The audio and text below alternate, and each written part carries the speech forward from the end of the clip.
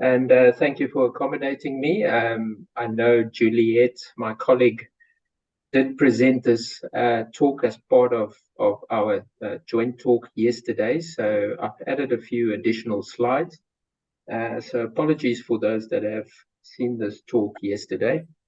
Okay, so I'm going to talk about coastal observations in South Africa with a particular focus on what we do at SAEON and specifically on the recently funded shallow marine and coastal research infrastructure.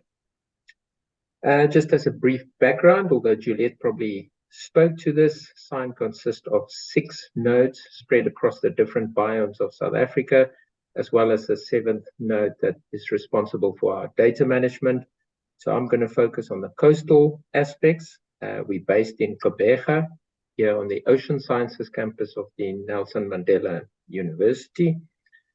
And the value of our platforms is quite obvious if you look at this map on your left-hand side, showing where all the long-term ecological research stations are based in the country. You can see there's only a very few in the southern half of Africa and nothing else basically. And of course, geographically, we're in a very good position with no other research being done between basically our borders down all the way in the Southern Ocean to Antarctica.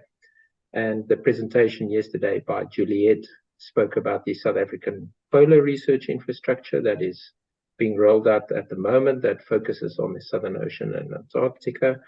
And of course, the shallow marine and coastal research infrastructure that I will be speaking to today, playing a key role not only around the coastline of South Africa, mainland South Africa, but also in the sub-Antarctic islands of Marion Island and Cough. All right, so I'm going to focus my talk on the shallow marine and coastal research infrastructure. This is a map of all the research platforms that we have developed and are busy rolling out. So it all started with the Algoa Bay Sentinel site that SAEON established in 2008. This site has now collected since 2008, 15 years worth of data, several million observations. And the success of this site prompted the Department of Science and Innovation to include the expansion of this Sentinel site concept to the rest of South Africa. So the idea with the Sentinel site is that we cannot study all the essential ocean variables and essential biodiversity variables along the entire 3,000 kilometers of South Africa. So the idea was, let's study a certain area intensively, and hopefully we can then use the information that we collect there and expand it to the rest of the bioregion. So with this shallow marine and coastal research infrastructure, we are busy rolling out additional Sentinel sites. The one is KwaZulu-Natal, Bight, that was established a couple of years ago. And we're in the process of rolling out the 2 ocean Sentinel sites around Cape Town. And the 4th major site is around Marion Island. But that perpetuates the collection of data in the major centers of South Africa. So the idea is also to have what we call satellite Sentinel sites in between these major intensively studied areas. So we will have satellite sites on the west coast, on the south coast at Garden Route, Wild Coast, and in northern KZN. We will also collect not as much data, but at least a variety of essential ocean variables. In addition to the Sentinel sites, we have various research platforms forming part of SMCRI, and these are based at the centers and include coastal craft and aircraft and several other networks that spans the entire length of our coastline. And I will go into each of these in a little bit more detail as the talk progresses. This just gives you a breakdown of the 15 research platforms. Those in blue is managed by SAEON, and the 3 in red are managed by our sister national facility, the South African Institute for Aquatic Biodiversity, based in Makande, also here in the Eastern Cape. So we have the 4 sentinel sites as well as the satellite sites that I spoke about. And centralized here in Prof on the Ocean Sciences campus, we've got a coastal biogeochemistry laboratories. We've got a research dive and hyperbaric unit, and we have our own data management unit as well, which links in with SAEON's bigger Ulwazi data node. And then distributed around the coast, we've got the airborne remote sensing platform, the South African National Coastal Temperature Network. We do science engagement, a very important pillar of our research infrastructure. And we've got an estuaries network, and then from SAIAB, coastal craft, marine remote imagery, and acoustic tracking array platform. Okay, so the first one, as I mentioned, Algoa Bay Sentinel site for LTER was established in 2008, collected more than 12 million observations since then. So each of those little symbols that you see indicates an in situ sensor that continuously, and in most instances every hour, record data of temperature, waves, swell, salinity, etc., a range of variables, as well as acoustic tracking, so the movement of fish species that is done by SAIAB. So this is one of the most intensely studied coastal areas in the world, definitely the most intensely studied in Africa and the Southern Hemisphere. But what this site lacks is that all these sensors are subtidal, so they're all underwater, and it relies on us on a 6 monthly to an annual basis to go and dive or retrieve these instruments and moorings, download the data, and then make the check and verify the data and make the data available on our databases. So we don't have any real-time data coming out of these sites. And one of the expansion plans of SMCRI is to now start deploying real-time moorings around the coast because of the value of receiving real-time data. And I'll talk more about that just now. So we've got 15 years of data in this area, and what we are working hard on now is to translate our scientific information into something that the policymakers and the public find useful. So we've collaborated strongly with the Nelson Mandela University to bridge that gap. So we're very strong on looking at the ecosystem integrity as well as the ecosystem goods and services that the ecosystem provide. And we're working with partners and collaborators to look at the human component and the actions and adaptations that we need to implement to improve the ecosystem integrity to the benefit of society. And what we are doing now is we're transforming our LTR sites, our long-term ecological research sites, into LTSER sites, so long-term socio-ecological research sites, by bringing in the social component.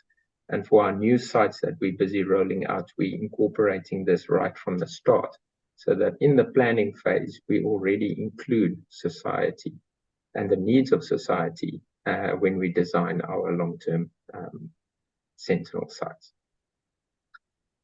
Okay, so as I said, Natal Bight Sentinel site was established just over 2 years ago. At the moment, it's quite small. You can see we've got a few thermistor strings at various depths of the Utigela history in the Utigela Marine Protected Area, and we also have 3 opposite the bluff. We're busy working with our partners at SAIAB to deploy a acoustic Doppler current profiler also off the bluff to look at temperatures as well as, not temperatures, sorry, currents as well as swell. And we are also planning to deploy a suite of our real-time moorings in this area in the very near future. So in all these sites, we start small and then we grow it as we go along and as the needs arises from our scientific working groups and the needs from the public. 2 Ocean Sentinel sites, as I said, we haven't established yet. We are busy with our stakeholder workshops at the moment. But it's not only us that are active there. Of course, there's a long history of research in False Bay area, by the various universities and DFFE in that area. But it's also one of the FGON Greater Cape Town landscape sites, and we're also partnering with other research infrastructures like BioGrip and the SMCRI that you heard about yesterday from Juliet. So we've already established very strong partnerships with sandparks, as well as DFFE, Oceans and Coast, Cape Nature, UCT, UWC, and so forth. And we've procured all the instruments. We're basically ready to deploy. We are just waiting for our final workshops with the stakeholders to be concluded to decide where these moorings and instrumentation and sensors and platforms will be deployed. In False Bay, we also collaborate with a range of international projects, specifically NASA Bioscape, and that was for this project that I could not attend yesterday. Unfortunately, it was a clear day and they were able to fly, so I had to go out to sea yesterday. So we've already collected a lot of data, and there's a long history of data in False Bay, which will assist us in establishing a good Sentinel site here, hopefully early next year. So at all these Sentinel sites, we measure a range of essential ocean variables and essential biodiversity variables at various spatial and temporal scales. So as you can see, our in situ loggers will obviously measure on a continuous basis every hour a range of variables.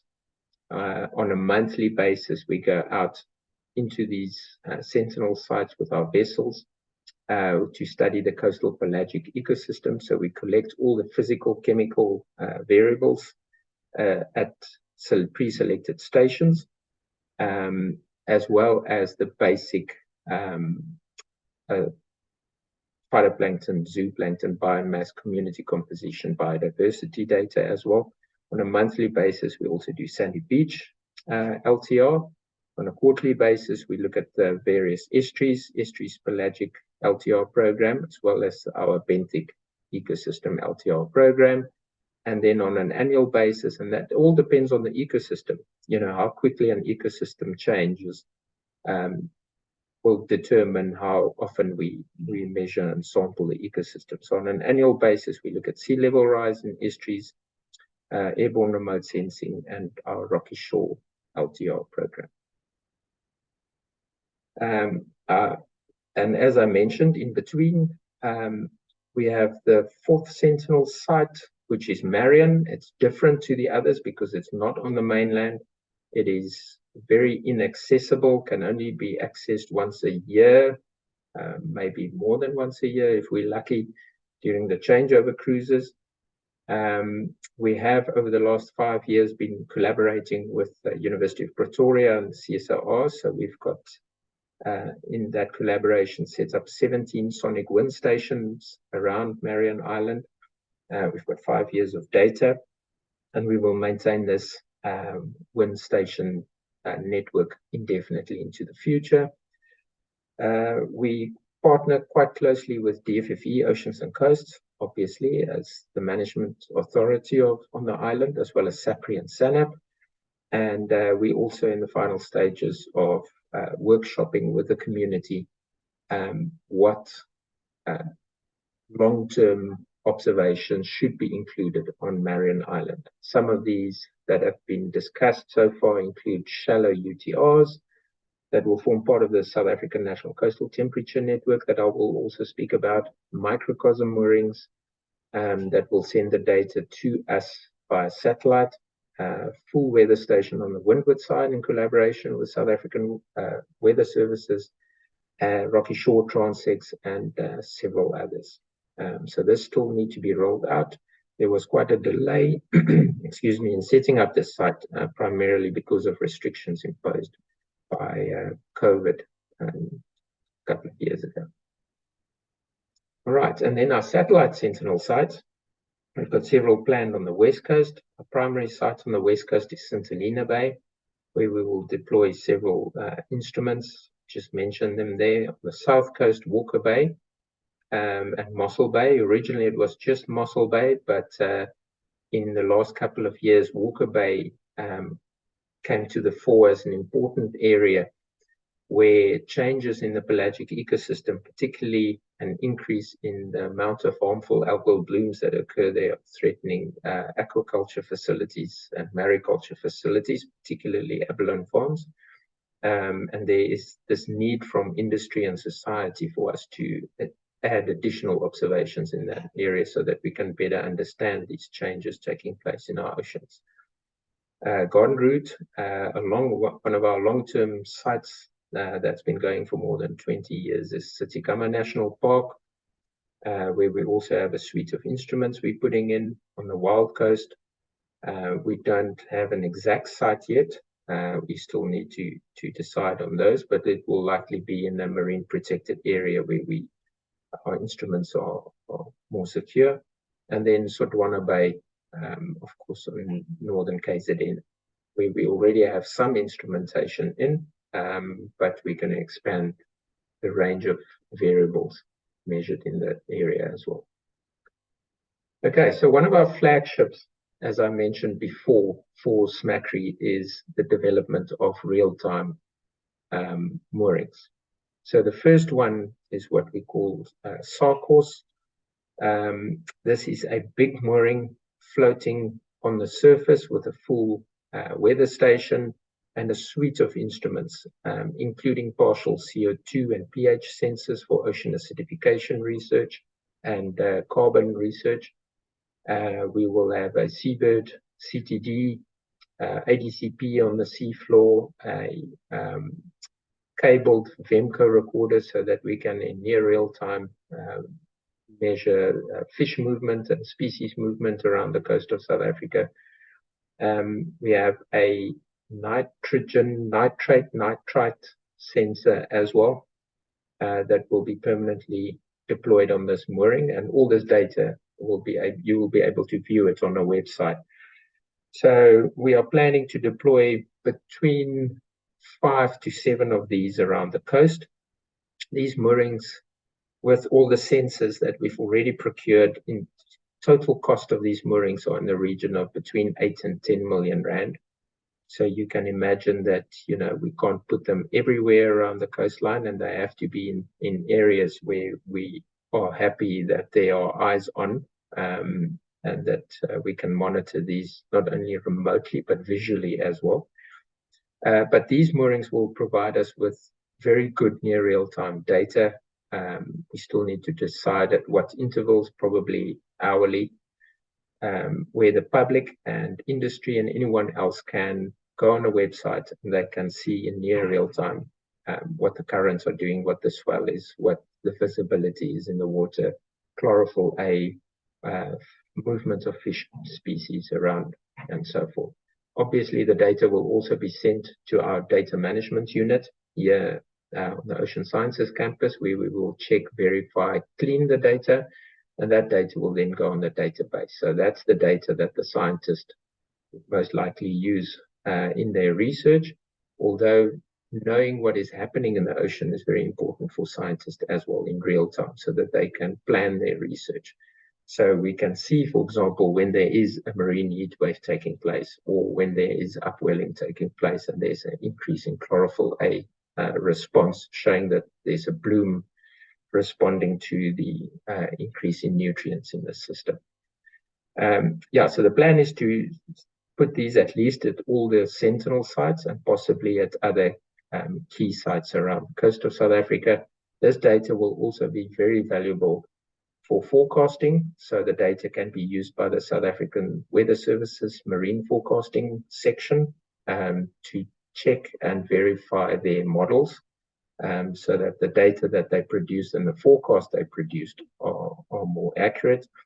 This data is also valuable for search and rescue operations, safety at sea, and so forth. So, and here's a potential for AI to be used, where you know, we can write clever scripts that can analyze the data, look at the historical data, and flag and warn people when, you know, we exceed what has been historically recorded.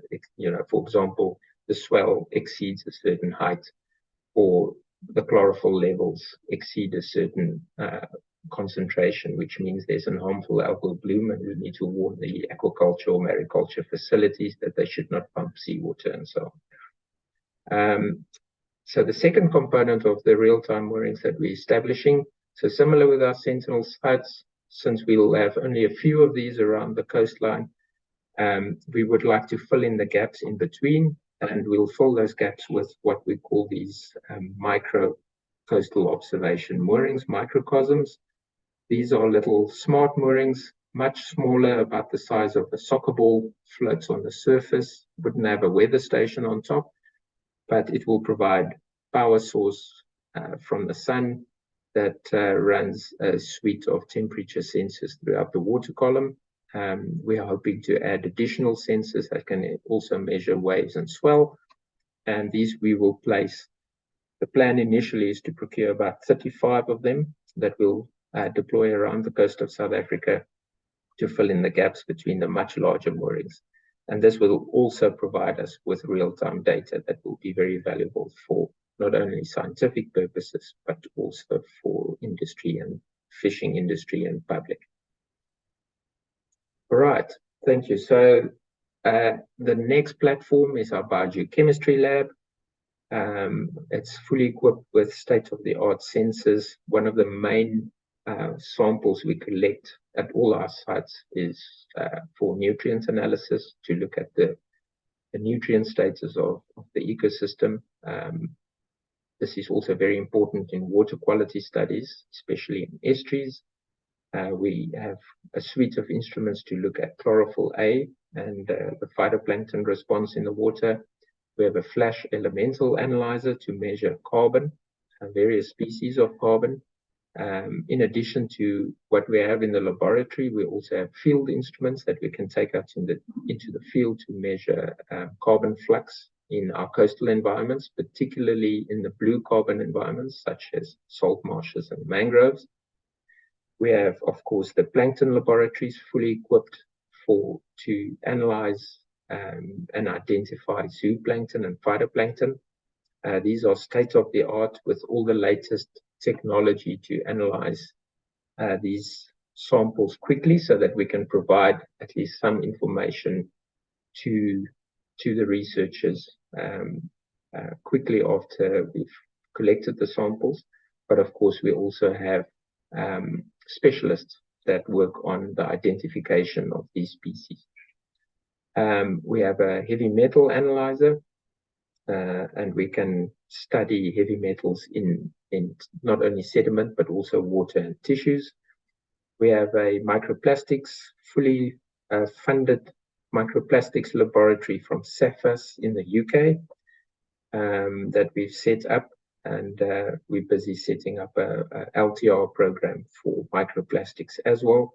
And then we have a range of other instruments and sensors in the laboratories that we use to calibrate our in-situ sensors that we deploy in the ocean, as well as our sensors that we deploy during our pelagic ecosystem sampling. So the instruments we put over the side, we bring back water samples, calibrate and test to make sure that the instrument collected the correct data. Then we have a research diving and hyperbaric platform. So quite a lot of our samples we need to put on scuba gear, go underwater, collect the sample. All our divers are qualified class 4 scientific divers. So we have a fully equipped research dive unit. As part of SMCRI, we procured a hyperbaric chamber.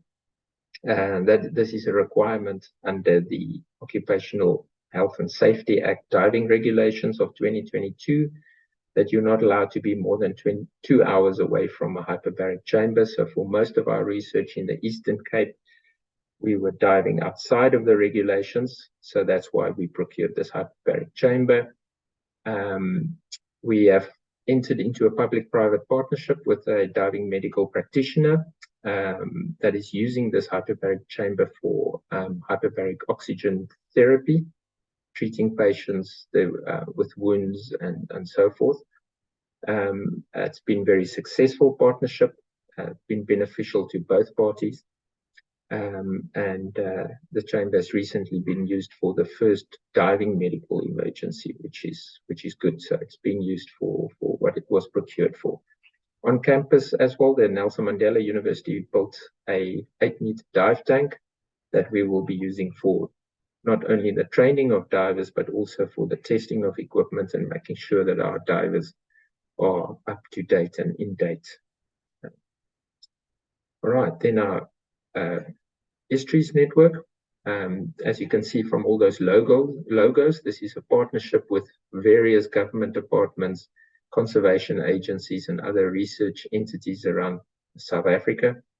SAEON itself is primarily up to now responsible for about 9 estuaries in the Eastern Cape that we observe and monitor on a long-term basis. And as we expand our sentinel sites around the coast of South Africa, we will take on more of these systems around the coast. And we do deploy in-situ loggers in these estuaries to record salinity and temperature. And for the first time, we can actually see how these estuaries respond not only to droughts and flood events, but also to storm surges, upwelling events along the coastline and so forth. And this is very valuable data for our previous speaker that looks at fish and the responses of fish to climate change, because the fish often use these estuaries as to hide away from upwelling events taking place in the ocean. One of our most requested data at SAEON to date has been from our South African National Coastal Temperature Network.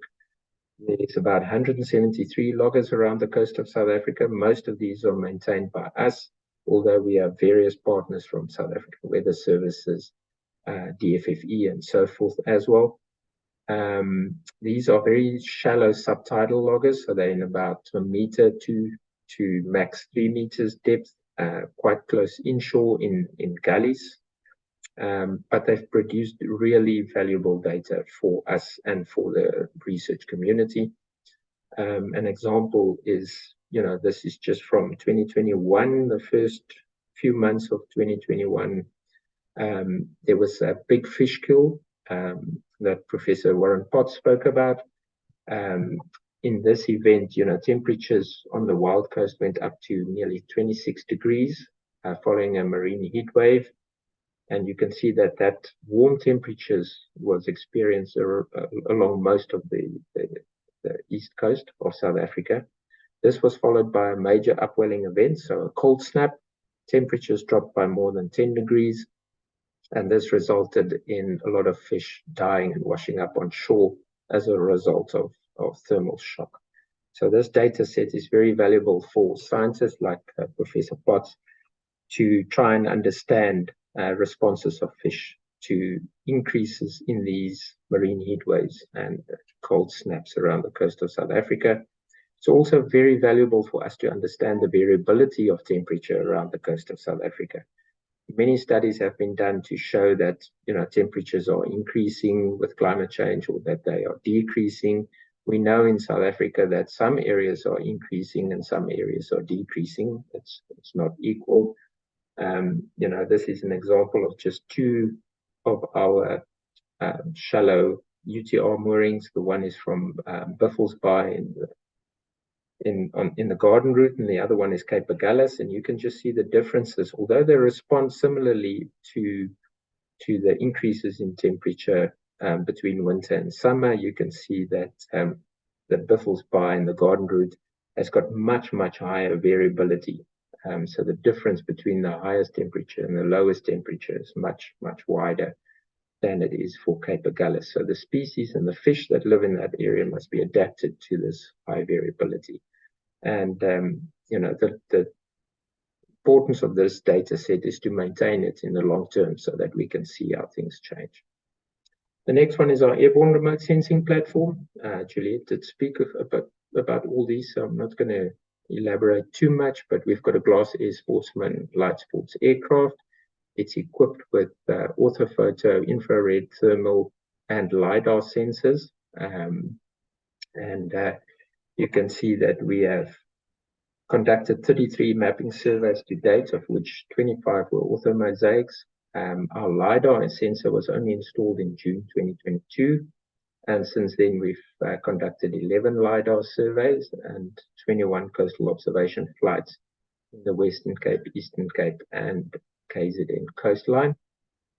Just some examples of projects we've done. We've flown a long stretch of coastline for Cape Nature and UCT, DFFE, UCT, UWC, to look at kelp, because South Africa is one of a few countries in the world. I think the only other one is Norway, where our kelp forests are expanding.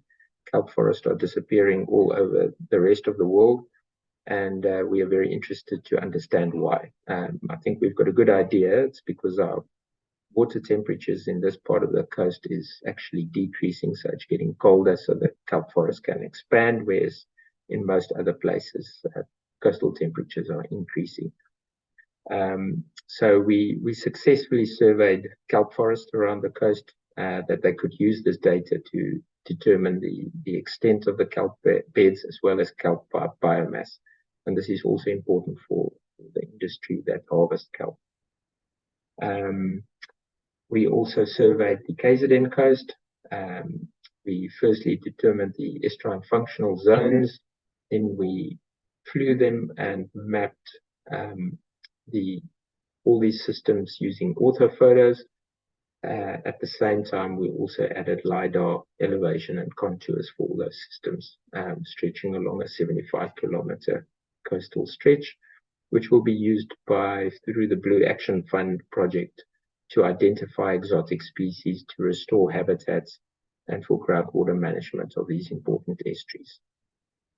And that's just a 3D LiDAR image of estuary. And then also, for one of the, speaking to one of the previous talks today as well, unfortunately, floods in KZN happened before our LiDAR was installed, so we could only do oblique photographs of the damage during that event. But we're busy setting up the baseline now, collecting good LiDAR data so that we can compare these major extreme events and the impact that these events have on our coastline. So whether it's a storm surge or a flood or harmful algal bloom, the data we collect with the airborne remote sensing platform will be very valuable in looking at the impact. And we have various projects that we've completed and that is planned for the very near future. And then our next platform is our vessels. So there's image of 3 vessels managed by SAIAB. The top 2 are based in Durban and the bottom one in Gqeberha, here, previously known as Port Elizabeth. And we're working with DFFE in partnership to also have a vessel available for the scientific community in Cape Town in the near future. The marine remote imagery platform, very valuable, of course. As Professor Potts also said, a good tool for determining fish stocks without necessarily having to catch the fish with nets or with lines. And SAIAB runs various platforms. SAIAN also has several of these stereo-baited remote underwater video systems that we use to not only observe the fish in the ocean, but also the benthic environment, and see how these are changing over time. Problem in ocean research is that it's very difficult to determine change because a lot of these areas and habitats have never been observed on a long-term basis before, so we don't even have a baseline yet. So we're trying to catch up and establish these baselines around the coast and in all the various coastal habitats. Then the acoustic tracking array platform that has also been mentioned. SAIAB runs this network that extends all the way from the west coast to past and into Mozambique, tracking the movement of all tagged fish, sharks, rays, and other species. And it forms part of the global telemetry array network. And of course, has been very important in tracking movement of large flagship species like great white sharks, turtles, and so forth. As I mentioned, we've got a data management platform based here with us, as well as working closely with the broader SAEON data node. I've included links there to the SAEON data portal and the SAEON observations database that you can access, I think, over 50 million observations. And these adhere to the FAIR principles, so they're freely available to anyone to go down, check what data you want, and download it. This image just shows you our value chain. So although this talk is focused on the observations at the top, which we are doing very well at the moment, adhering to international best practices, we are working hard at making sure that all this data is being made available. So through the publication process, that the samples are analyzed quickly and made available to the researchers. And one of our biggest focus areas for the next couple of years is on uptake and impact, making sure that this data is used and that it has an impact on society. I think that's it. Thank you very much.